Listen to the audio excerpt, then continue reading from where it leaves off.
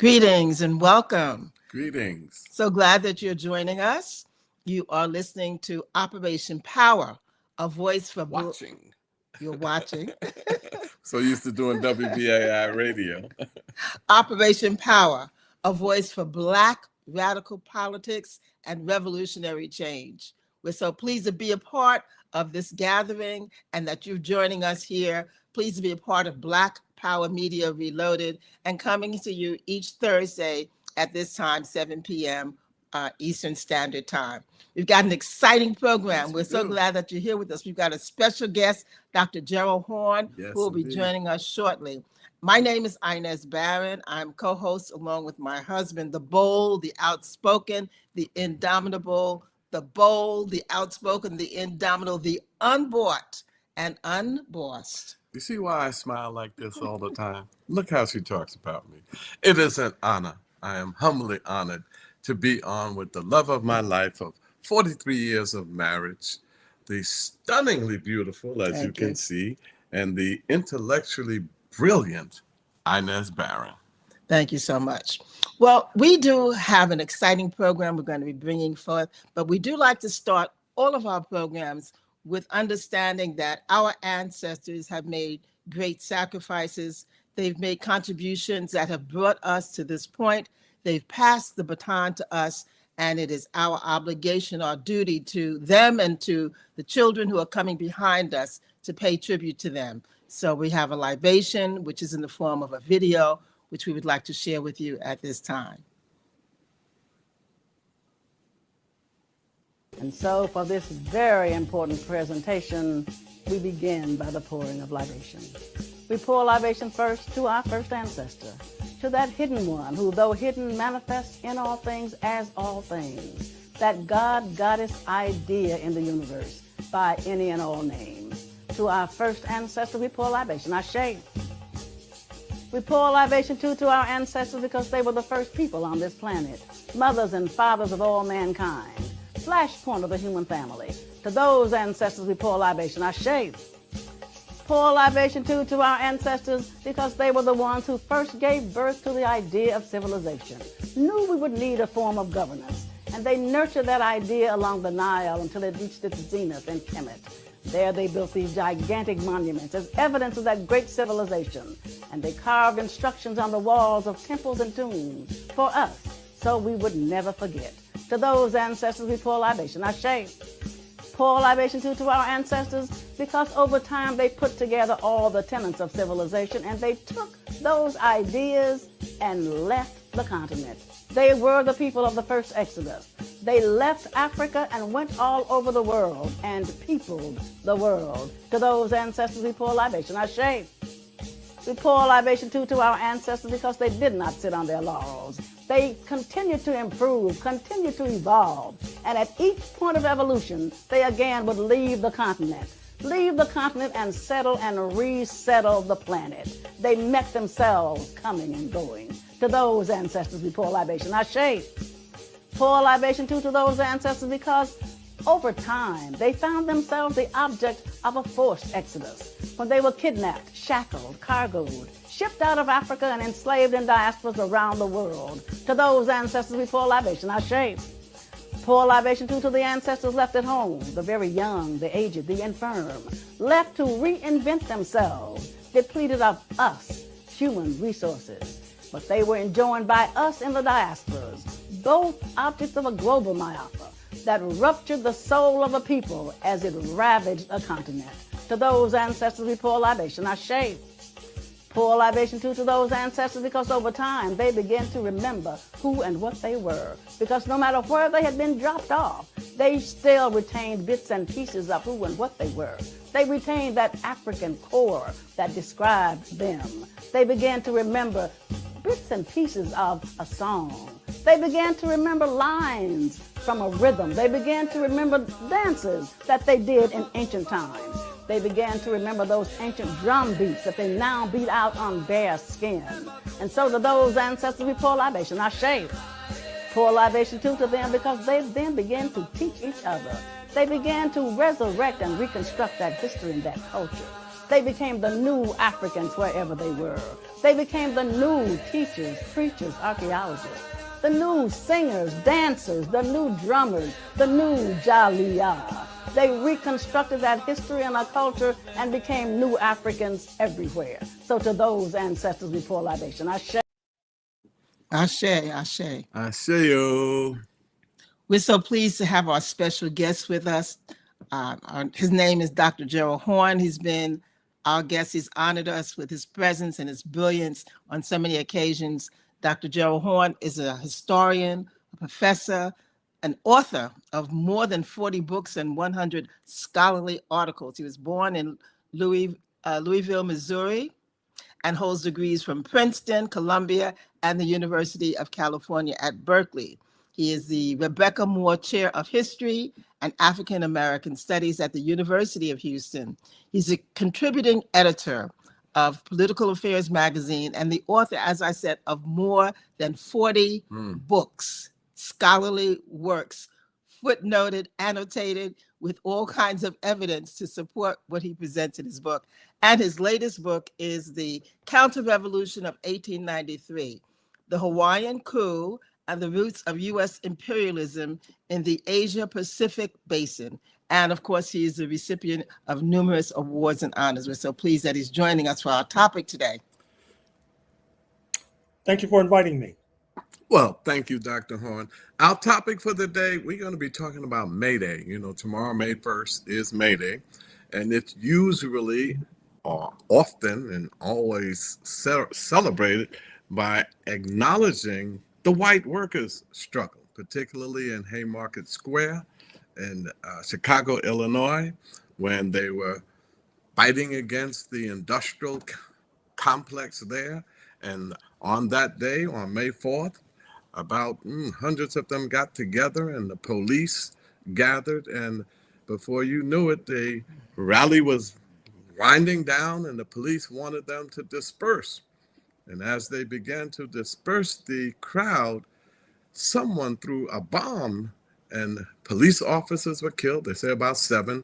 There was some debates whether it was the bomb that killed them or the police's friendly fire that killed them. But in any event, that 7 police officers were killed, protesters were killed, and then they rounded up the union organizers, the anarchists, the socialists, all who were fighting for decent wages and working conditions, and they wound up arresting those leaders who weren't even at the rally. As a matter of fact, the trial went on for a while there, and about 8 of them were convicted. 3 of them died, and 4 of them were hanged, and 3 had long prison terms. 1 committed suicide. But I mention all of that because every time when we get to May Day, and that gave us the 8-hour workday, because at that time we're working with 12, 16 hours, it gave us the 8-hour workday. But when they talk about May Day, they don't talk about us.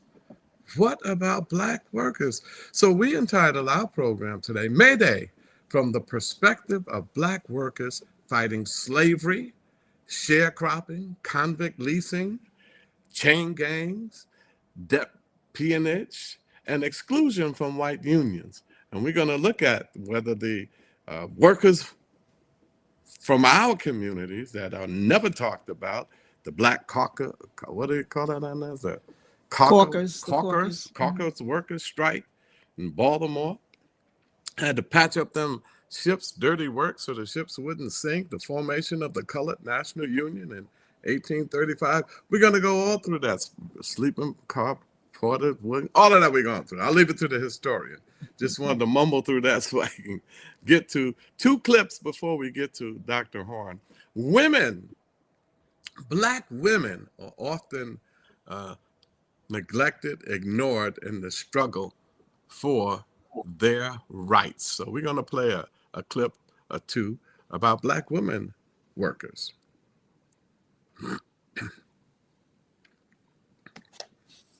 New American citizens began looking for ways to exert control over their own labor.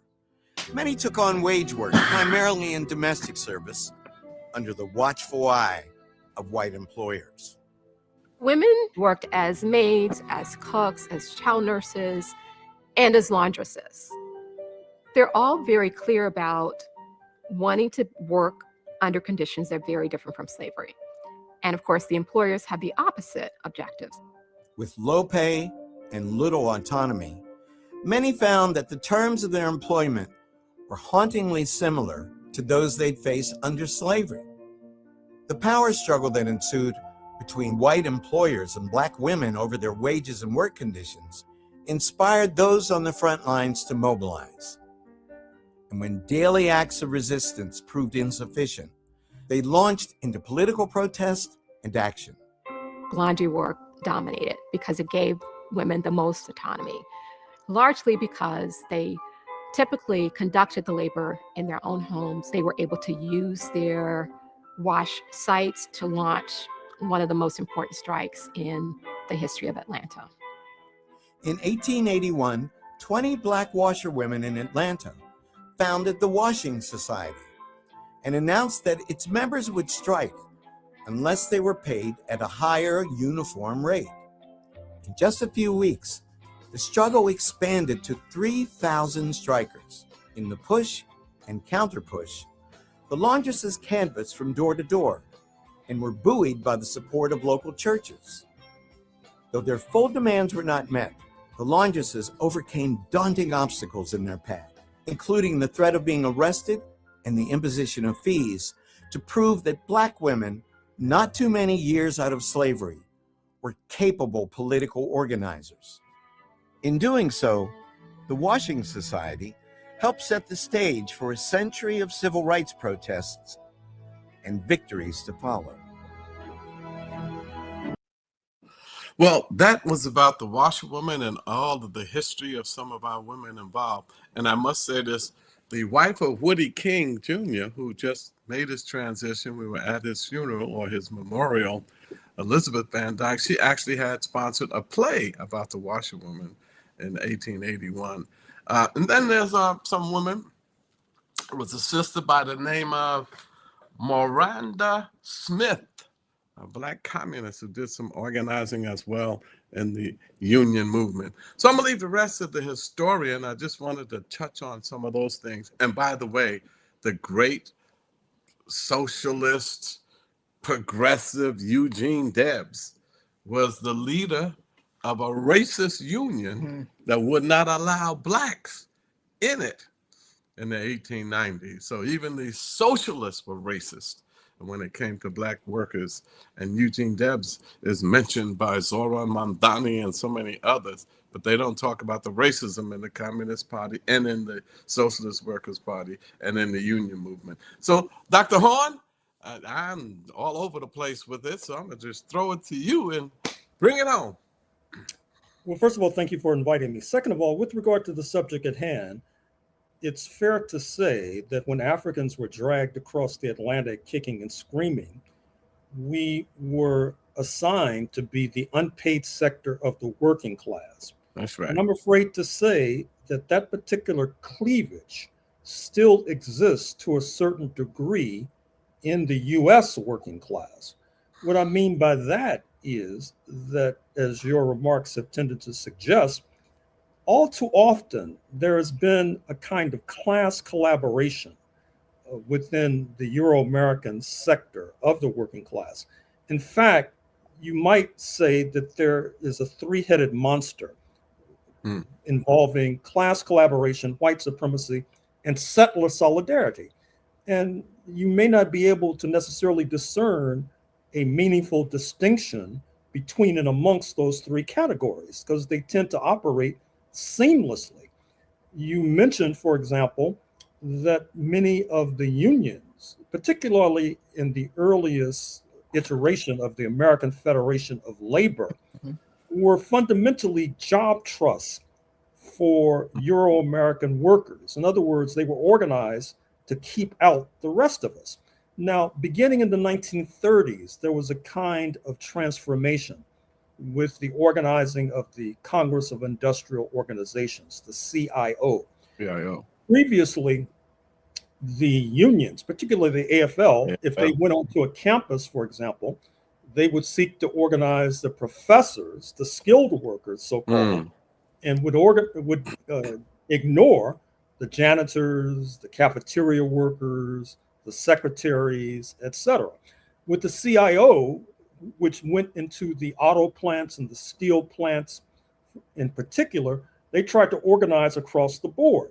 This was in the midst of the Great Depression of the 1930s, and the misery of the Great Depression helped to impel many workers to join unions. And I should add, in all fairness, that the CIO was spearheaded by leaders who were predominantly radical, for example. Mm.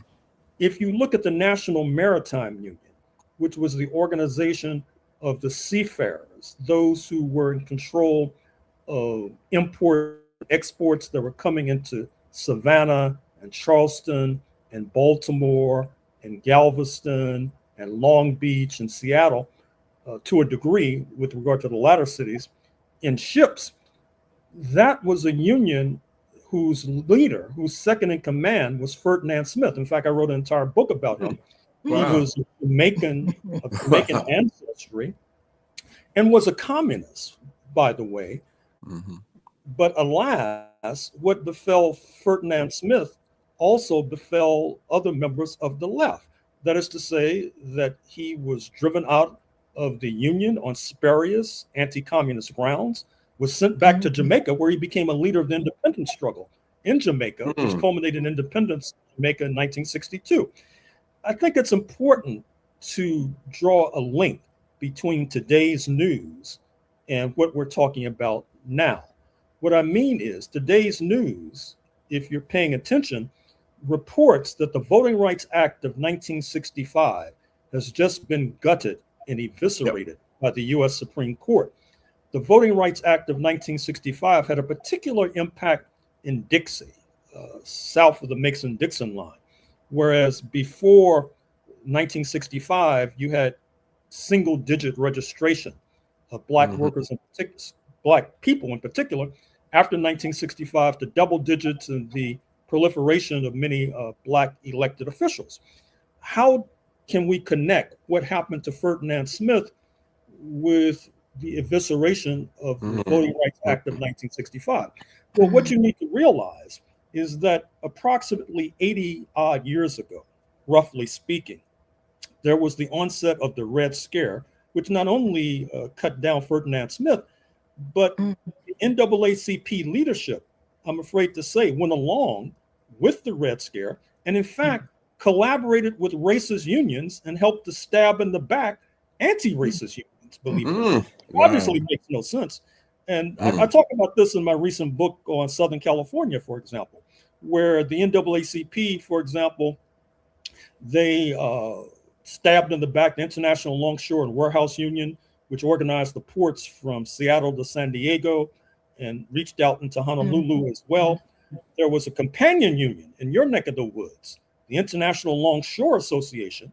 Interestingly enough, the ILWU on the West Coast was dominated and led by communists. The ILA in your neck of the woods was dominated by gangsters. And that is represented in the movie On the Waterfront, starring Marlon Brando. Right. That's right. And so, interestingly enough, the NAACP was more prone to collaborate with the gangsters than with the communists. And that was part of the bargain.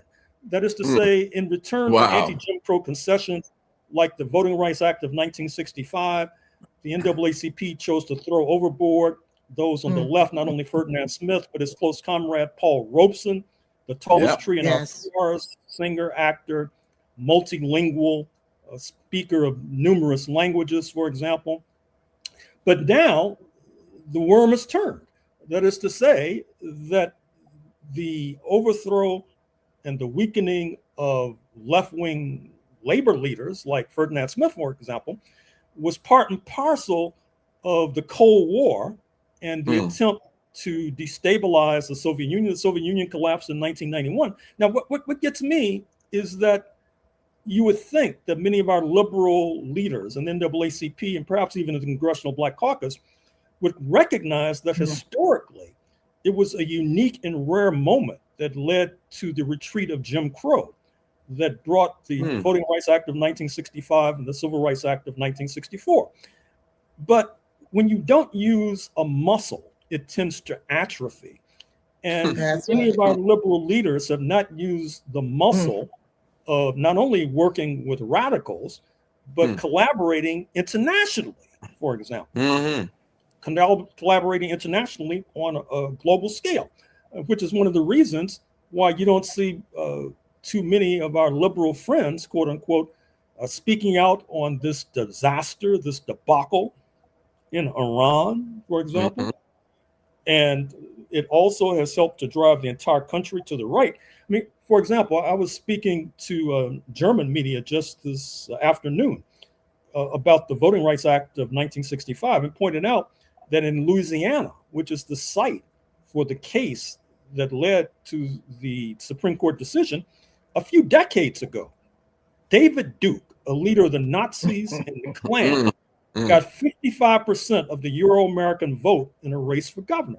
It took a major outpouring of Black support for him to be turned back, anti-Duke support, I should say, for him to turn back. And that's what we're up against. And I'm not sure if many of our liberal friends, if they recognize that this is what we're up against, or if they swallowed the Kool-Aid about the United States formation, 1776 being a great leap forward for humanity, and the arc of the moral universe is long, but it bends towards justice. You know, this other sort of propaganda that hardly comports with the bitter reality that we've had to deal with. And what I've concluded, sadly enough, is that many in the liberal community, what the late Glenn Ford used to call the Black misleadership class, they specialize in singing the blues. Now, look, I used to sing the blues myself, but on stage. But at a certain point, you have to stop singing the blues and come up with an analysis and come up with an approach and come up with a program that drives the blues into the dust. And that's what many of our centrist and liberal so-called friends are lacking right now.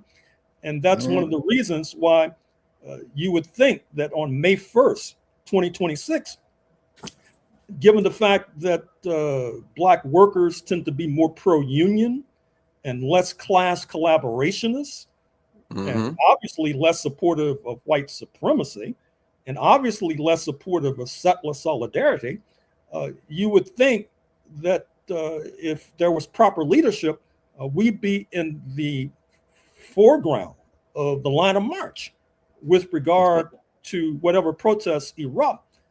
But I'm not so sure if that will take place, and that is ultimately to our detriment. Thank you so much. Dr. Horne, you mentioned Ferdinand Smith, and you talked about the movement in Southern Africa. One of our viewers wants to know the titles of your book. I'm sure that they would want to be able to get them if they can. So you mentioned two of your books. So you can give us the titles and we can put them in the chat and people can be able to get them. And also, can you talk to us about the impact of Belinda Sutton and Callie House as women back in the 1800s who were fighting for the payment of work, and Callie House talking about give me my reparations, and in fact, talking about the work that had been done, and Belinda Sutton as well. Well, first of all, my book on Ferdinand Smith is called Red Seas. It came out more than a decade ago from New York University Press. My name and the title Red Seas and Ferdinand Smith should cause it to emerge. I also wrote another book on labor history called Class Struggle in Hollywood, which deals with the fact that at one point, the unions in the film industry were some of the most militant in the United States of America. But what happens is that the moguls, the bosses of the studios, collaborated with organized crime in order to drive these left-leaning unions into the dust. And you may detect the theme here with regard to the role of organized crime in terms of being a material factor in terms of why unions have not been able to take flight. Now, with regard, or take flight to the extent that they should have, given the gross exploitation that takes place in this country. With regard to Callie House, you may recall that Mary Frances Berry published a book about her a few years ago. She was a leader of the movements amongst formerly enslaved Africans to get what was called a pension, what we would call reparations.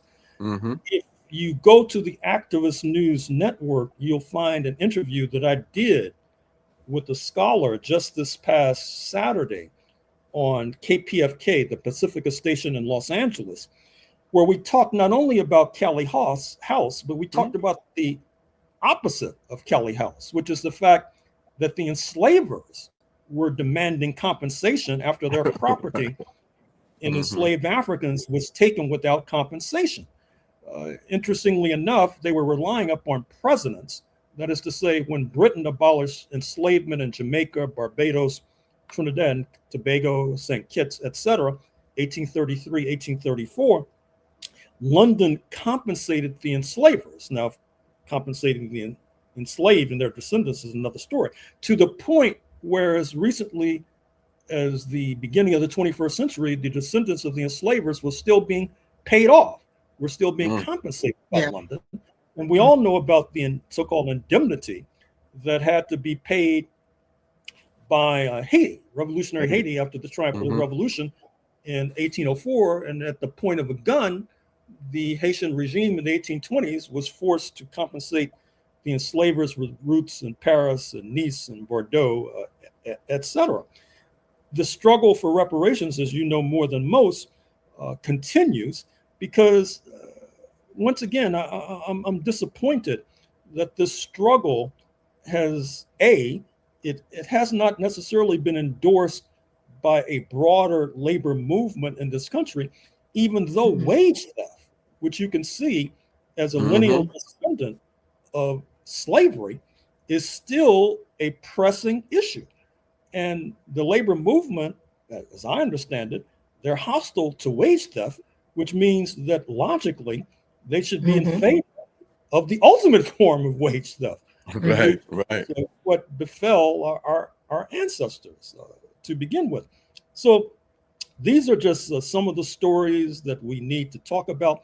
I should also point out that in New York City, although you may find this hard to believe, but New York City, along with Detroit, has probably the most vibrant labor movement in the United States of America. You may see that as problematic, but you may not necessarily see New York City as being in the vanguard of labor. For example, I'm not even sure there will be a May Day manifestation in New York City tomorrow. But if you look at the Hospital Workers Union 1199, which has had a long history of Black women leadership, if you look at Service Employees International Union, for example, even look at the United Auto Workers, which has had a more progressive profile in New York City than it even has had in Detroit. I'm working on a book on China right now. And what's interesting is that when the United States made its overtures to China, which was on an anti-Soviet basis fundamentally, and really boomeranged, as Richard Nixon, who engineered the first steps in this process, said before he died that the United States might have helped to create a Frankenstein monster by making these overtures to China. But in any case, you may recall that the man who was responsible as the ambassador to China during the administration of Jimmy Carter, 1978, 1979, when the floodgates were opened and U.S. industrial plants began to move across the Pacific en masse, creating an industrial Midwest that has basically, to a degree, been hollowed out in terms of plants, was Leonard Woodcock, the head of the UAW, head of the United Auto Workers. And he was largely responsible for the fleeing of these plants. And what's interesting is that if you look at the memos from Carter, the president, from Brzezinski, his national security advisor, they're all saluting Leonard Woodcock because they said that he was such a great negotiator. And of course, he used to negotiate with the bosses, supposedly on behalf of the workers. But then he winds up leading the charge in terms of all these industrial plants moving across the Pacific. It's quite an irony Incredible. that I'll be writing about at length. But back to New York City. New York City probably has a labor density, I would imagine, of about 25 to 30% of the workforce, for example. Right, about that. Now, nationally, it's in the single digits. And in fact, Mm-hmm. this proportion, it would be even lower, but for the fact that government workers, American Federation of State, County, and Municipal Employees, District Council 37, which, as you know, is headquartered in Lower Manhattan, city workers, that government workers, the post office worker, the Postal Workers Union, the mail carriers, for example, the government workers are overrepresented in the ranks of organized labor. And interestingly enough, Black workers are overrepresented in terms of being members of these government workers unions, like DC 37, for example, like the post office, for example. Now, what that should tell you is that private industry has fallen down on the job with regard to hiring our brothers and sisters. And it's gotten even worse, I'm afraid to say, under Mr. Trump, who has turned the Equal Employment Opportunity Commission, which was seen as a complement to the 1964 Civil Rights Act, designed to root out bigotry, anti-Black racism in the workforce. It's been turned on its head by Mr. Trump. That is to say, its mission today is to root out alleged, purported, supposed discrimination against workers who are defined as, quote, white, unquote. Not only that, but there is a real challenge coming to the entire labor force in this country in the form of artificial intelligence. It's already led to mass layoffs at Meta, Facebook, mass layoffs at many other Silicon Valley firms.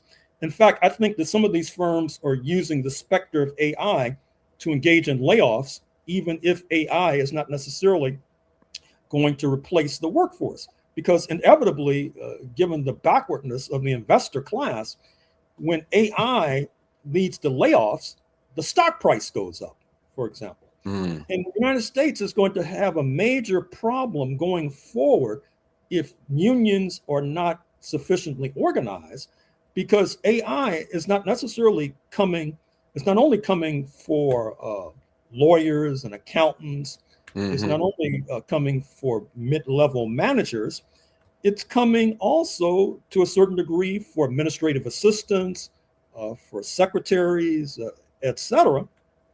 In fact, I'm trying to figure out how they're going to develop robots to take the place of janitors, for example, to empty the waste baskets, to do mopping. In fact, I would say that that's 4 or 5 years away. Likewise, with regard to those who are trying to operate as Uber drivers and Lyft drivers, already you know that Tesla, under first buddy Elon Musk, is trying to develop driverless cars to replace Uber drivers and Lyft drivers, driverless trucks to replace truck drivers, for example.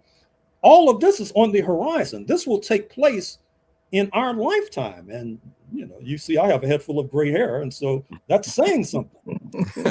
So we have a real uphill climb. And I would like to think that if we do not have a militant May Day tomorrow, at least by 2027, we'll be sufficiently organized. Because with every passing day, with the growth of robotization, with the growth of artificial intelligence, the future and destiny of the U.S. working class is under the gun. Well, you know, what challenges us in addition to AI is the SOBL, the sellout Black leaders in labor. It's the SOBLs that we're having difficulties here. DC 37, Henry Garrido, he is a sellout. He's an embarrassment. He doesn't even support his retirees. And then you have union leaders, even in 1199, that are so caught up in just getting health care advantages for their workers. And I understand that they'll go with Cuomo and go along with whatever he does and supports him long as they get theirs. So we're having a big challenge in New York City with these labor leaders. You know, the most influential leaders in our community is the preacher, the politician, and the labor leader. And there are no militant preachers anymore. There are no militant labor leaders or militant um, union union leaders or preachers and politicians. We can't even find black radical politicians anymore. There are no more Adam Clayton Powells or Cynthia McKinney's even, you know, it's just not existent. So historically, that has been a problem, but not only with our community, but the labor movement itself, which started off as a socialist movement, it started off as anti-capitalist and wanted a socialist revolution. That's what the labor union was organizing. Even Samuel Gompers of the AFL, he was a socialist at first, and he turned into a unionist. So it seems like, and during the New Deal, which was no deal for us during Franklin Delano Roosevelt's time, even though some things were achieved, but it seems like the whole labor movement is gone into securing pension and securing health care and securing wages and partnership with the bourgeoisie capitalist class, not looking to systemically change it anymore, but just getting what they can get out of it, and they're getting less and less each year. Well, you're referring to what I've called class collaboration. That's part of the problem in a good deal of the labor movement. And I'm publishing a piece in The Nation, the New York-based publication, in a few weeks on the run-up to the 250th anniversary of the founding of this so-called republic. And one of the points that I make in that piece is that class collaboration has been a part of the United States of America from its inception. So we should not be shocked nor surprised that it's around in 2026. I go further to suggest that with regard to settler colonialism, the system that obtains as we speak, along with capitalism in the United States of America, that settler colonialism inherently embodies class collaboration. That is to say, if you look at how this country was, quote, settled, how the Native Americans were uprooted, for example, you have many poor Europeans who benefited. In fact, I talked in an earlier book, I think this was my book on Texas, how the Cherokees who operated in the southeast quadrant of North America, in what is now Georgia, Tennessee, etc., that they sought to assimilate. They became Christians, they owned enslaved Africans, they became sedentary farmers. They still had to go. They were still forced to give up their property and move. And you had poor Europeans just off the boat who moved into their mansions. All they had to do is sweep the floor in order to move into these mansions. And so that's the kind of class collaboration that helped to create the United States of America, which is one of the reasons why class collaboration is such a formidable factor today as we speak. And it's one of the reasons why we have such an uphill climb. But once again, that class collaboration has expired. That is to say, the shelf date has expired. And you mentioned that the sellout Black leaders, of course, you could talk about sellout leaders of other ethnicities and ancestries as well. But all of them are going to have a real challenge, as well as their constituencies, not only because of the aforementioned rise of robotization, artificial intelligence, but also the fact that the world is changing. For example, we've made reference to the fact that China is in the passing lane. For example, it's going to be very difficult for the United States to compete with China. Mr. Trump is headed to Beijing in a few weeks, begging bowl in hand, because the reason the United States government is able to stay afloat as we speak is that the People's Bank in Beijing buys U.S. Treasury bills, which are used to support the U.S. government, everything from the Pentagon to the post office, for example. And that is a dysfunctional relationship, because at the same time, the United States is borrowing from China, is trying to overthrow the regime. And if I recognize it, obviously they recognize it in China as well. Likewise, Mr. Trump has alienated many of his so-called allies in Europe. You might have noticed that Chancellor Merz in Berlin said that the United States is being humiliated. his word, not mine, by Iran, that they have no strategy in terms of how to execute this war that's unfolding. And at the same time, Germany is rearming. We've seen this movie before. We recognize that when Germany armed in the 1940s, they wound up not only leaving devastation and death in its wake in Poland and Russia, but also the United States. A lot of Black people died in Europe fighting Nazi Germany. So the United States has many challenges, but I'm not aware, or I'm not sure, if many of our leaders, many of our organizations, many of our intellectuals are up to the task, up to the challenge. But it's nothing like a crisis, or as it used to be said, it's nothing like the prospect of execution in the morning for concentrating the mind. And that's what we have to think about, is that we're in the process of being subject to execution. And if we're not careful, we will all be facing the guillotine. The Nation article drops at the end of June. Got that. Well, you know, it's interesting, Dr. Horne, the times that we live in, and we always talk about the dying, the decaying, the empire of America is on the decline. The dollar is on the decline, and the Sahel revolution in the West Africa is on the incline, and China is on the incline. But while all of these things are happening, we're in the belly of the beast. There's 51.2 million of us in the belly of the beast that use dollars, that's in this American system. So we have to figure out a way, and this is why the African working class is so important. And as I was reading the history on the labor movement, the incredible courage that they've had and developing their own unions, and particularly the Caucus Union in 1835, when they had to patch up them ships. That was some disgusting, dirty work, that they had to patch up the ships so when they went out to sea or whatever, they wouldn't sink. And they didn't want to pay them. They were making more money than whites, because the Africans, the blacks, had the corner on caulking, and yet they organized that union, and they were able to be successful in some of their strikes. So talk about some of the successful organizing of Black labor unions. Well, first of all, the question on the screen asking, when did May Day become to be alienated from so many Black working class folks?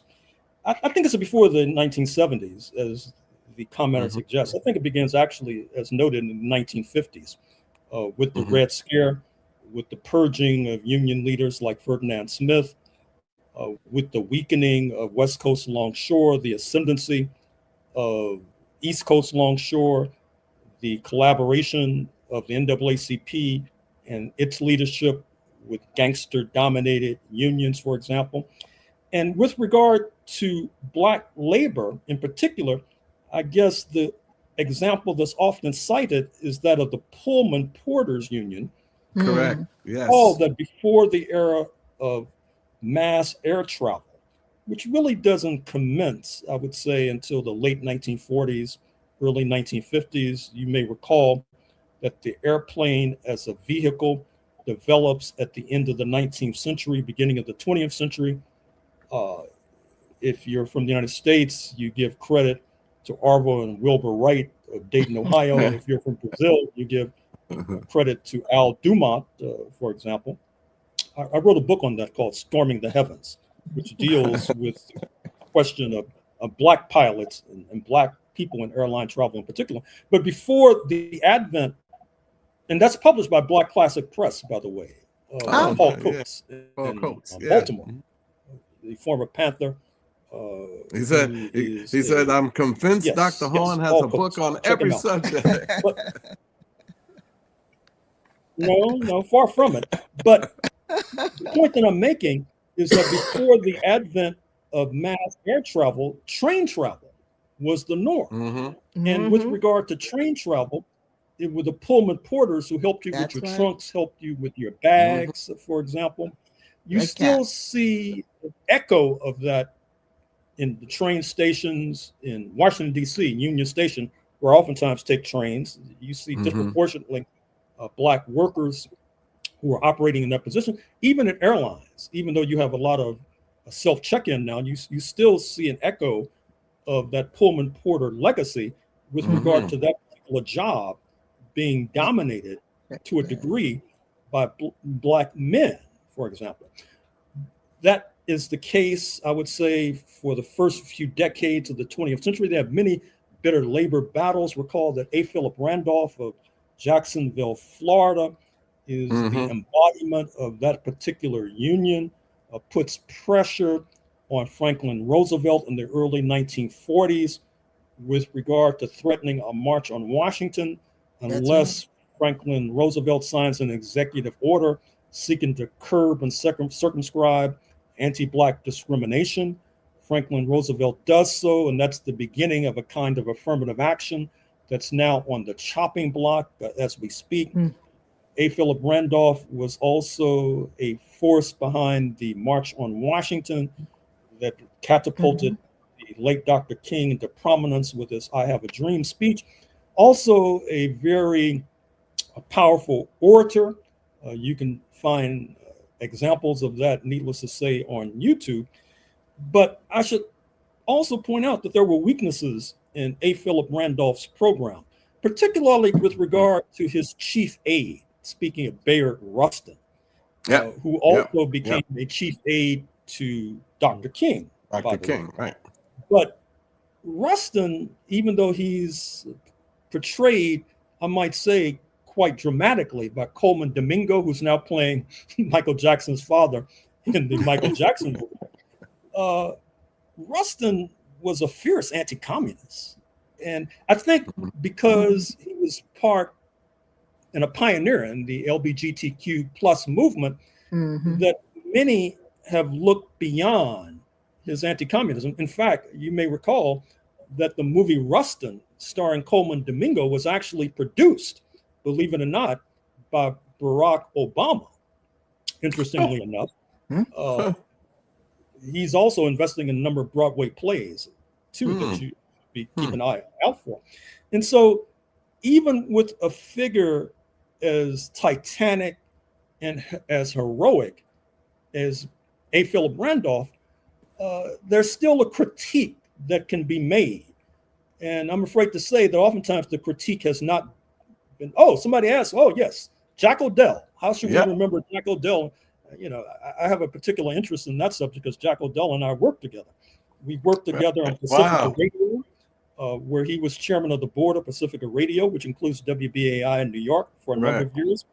We worked together on Freedom Ways magazine, which was driven out of existence in the 1980s because of the Zionist lobby, because we started doing articles on Palestinian resistance. And Jack O'Dell was also a top aide to Dr. King. Recalled that JFK, the late JFK, took Dr. King into the Rose Garden of the White House in order to escape the possibility that his office was being bugged. The Oval Office was being bugged by the FBI director to tell Dr. King to get rid of Jack O'Dell. Dr. King said he would do so, but then did not, which led to J. Edgar Hoover calling him the most notorious liar in the United States of America. Eventually, Jack was forced to put distance between himself and Dr. King. But then after Dr. King was assassinated, interestingly enough, assassinated, perhaps this is a coincidence, perhaps not, after speaking at a fundraiser for Freedom Ways magazine at Carnegie Hall in February 1968, and then assassinated in April 1968, interestingly enough. And so after he's assassinated, Dr. King then starts working with Jesse Jackson as a key advisor to Jesse during his presidential campaigns, during his foreign policy forays, particularly on his trip to Cuba, which was a real breakthrough. Jack then moved into exile in British Columbia, where he passed away in his 90s, just a few years ago. So we need to uplift and lift up these sorts of heroes like Jack O'Dell, who, by the way, comes out of Ferdinand Smith's Union. I mentioned that in my book. He was a seafarer, and that's one of the reasons he got so much international experience. Because as I said, the seafarers, they sailed all over the world. They were sailing into Cape Town, they were sailing into Brussels, they were sailing into Hong Kong, etc.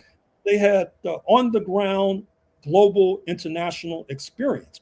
As a matter of fact, what's the name of, I'm trying to think of, Jack had this close comrade who was an assemblyman from the Upper West Side of Manhattan. He was short like Jack was, who was also a seafarer. I'll think of his name after we leave the air. But that was the kind of grassroots trade union leadership that used to be the norm before the advent of the Red Scare, the Cold War, the capitulation of the NAACP leadership, the misleadership class that is still dogging us to this very day. Well, you know, it's interesting that's not often mentioned a lot, a person not often mentioned a lot when it comes to labor and organizing the Black working class, the African working class. Omali Yeshitela from the African People's Socialist Party always says that it is the African working class that's going to lead the world revolution, and the central to that liberation is the liberation and unification of Africa under socialism. But one person in history that they don't connect to labor as much is Marcus Garvey, because he organized more working class people than anyone. And at that time, he was fighting W.E.B. Du Bois. He was fighting Cyril Briggs from the African Blood Brotherhood, Communist. Everybody was hitting Garvey because he scooped up, he organized the massive working class. And even before him, they had Hubert Harrison, Hubert Harrison, who was also around that time too. Talk a little bit about that time in the working class, Black working class. Well, Brian Quoba, K.W.O.B.E.R. of University of Memphis, has just written a new book on Hubert Harrison. You may also recall that the late Jeff Perry did multiple volumes about Hubert Harrison, the voice of Harlem radicalism, roots in St. Croix and what is now the U.S. Virgin Islands, although during his youth it was part of the Danish Virgin Islands. He collaborated with Garvey, particularly on the Negro World. The Negro World, the Garveyite newspaper, is still one of our better sources for what was going on, not only in the United States, but I would say worldwide. As one of your commenters just pointed out, the Garvey movement relied heavily on Black seafarers to distribute the newspaper in the Caribbean. For example, there were major branches in Cuba, for example. Some of the more substantial branches were in southern Louisiana, around New Orleans. That's where Jack Odell had roots, by the way, in New Orleans. And so the Garvey movement also came under fire because of its anti-colonialism. It was felt that this idea of organizing Black people was antithetical to the colonial project.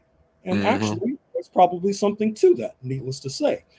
In my book on Kenya, for example, I talk about how the Garvey movement was very influential in East Africa, how it was very influential in terms of the movement ultimately led by founding father Jomo Kenyatta. On an international scale, how influential was Tom Mboya towards the labor movement? Well, Tom Mboya is a character, Mboya, for those who may just be listening. It's very influential in my Kenya book, for example. But Mboya, he has some very curious relationships with U.S. labor, the AFL-CIO, which, as you know, after the 1950s in particular, turned towards the right. In fact, there's an anecdote in my Kenya book which illustrates a point that I often make, which is that if you want to keep a secret in this country, you publish it in a book. And in that particular book, Kenya, I include an episode whereby Barack Obama Sr., who was part of the class of Kenyans who were recruited in East Africa to come to the United States in order to study. And this is seen as a way to counter Patrice Lumumba University in Moscow, that on his way to Hawaii, he stops in France and confers with the top CIA man in the AFL-CIO. This is Barack Obama Sr. Now, I'm not sure what to make of that, because there were not minutes, at least as far as I could tell, that were taken of why they met.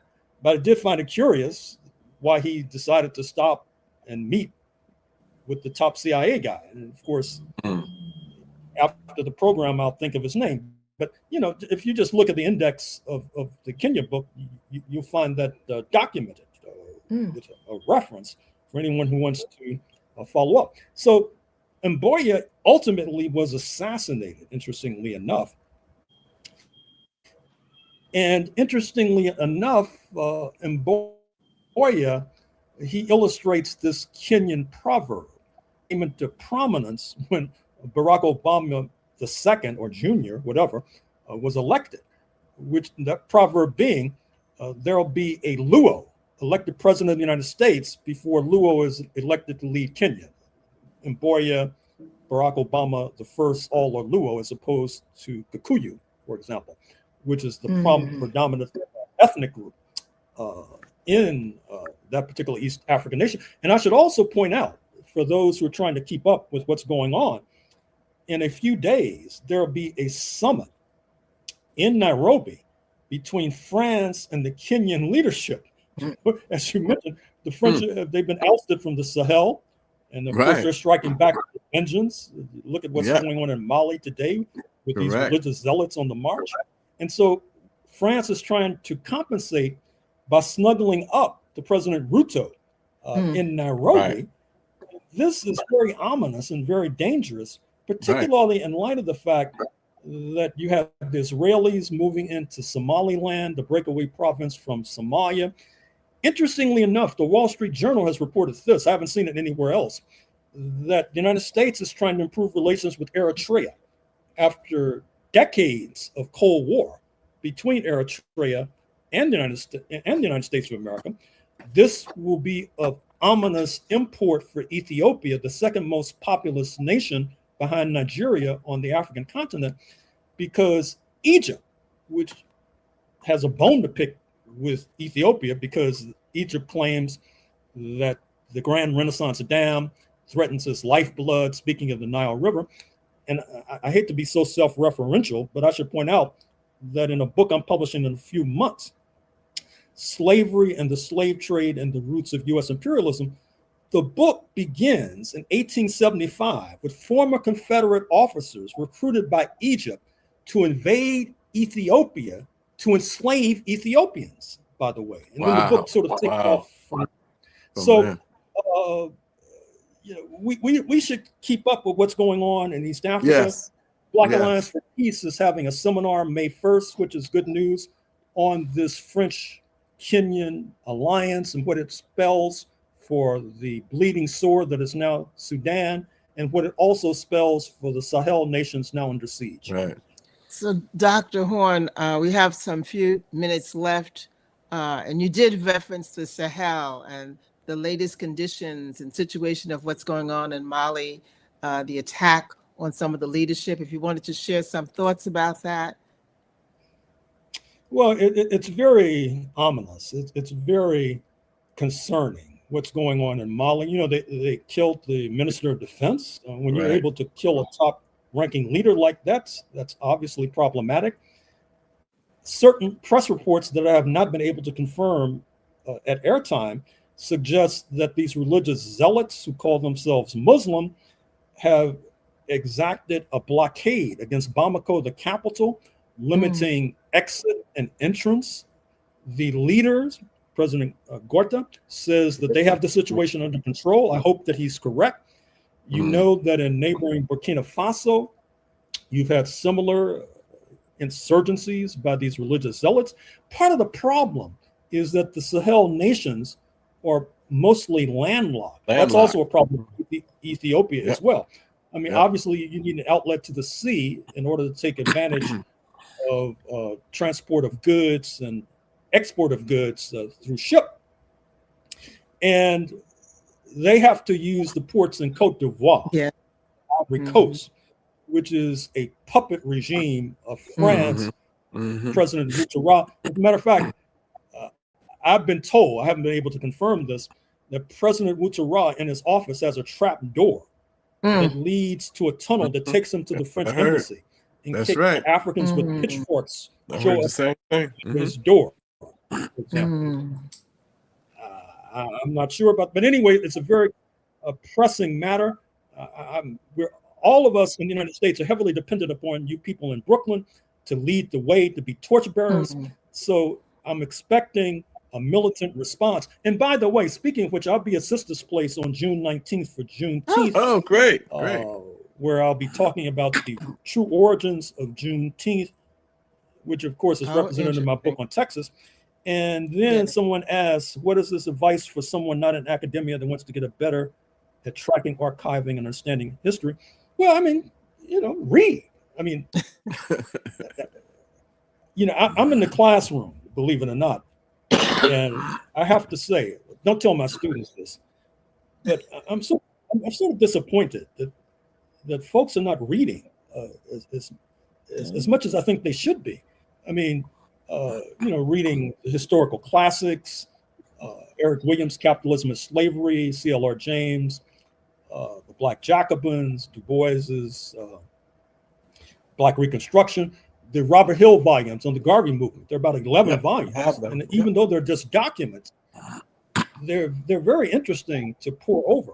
Yep. So people need to read, study, join study groups, join picket lines, join organizations, and to complete the theme for the day, join unions. There you go. Well, we've run out of time, and we can't thank you enough, Dr. Horne. We're very optimistic about our future. The African working class must unite worldwide, rise up, and claim our victories in Africa and in the diaspora and the Caribbean. We are 1.5 billion strong in Africa. We're 52.1 million in America, about 300 million in the Caribbean and Central and South America. So it's only a matter of time and us really working together as an African working class and uniting and being allies with those who share a common oppressor and a common history and a common future. So Dr. Horne, thank you so much. We're going to have you back again. There's just so much, tons of information that you load us with when you tell us we come back to Brooklyn to be militant because you fire us up with the information and we're going to take it to the streets. So thank you everybody for showing up, Inez. Thank you so much, Dr. Horne. We look forward to having you back again. Right, so we Thank you say for inviting me. every week we say the truth shall set you free and power is the great equalizer. Black power. Black power.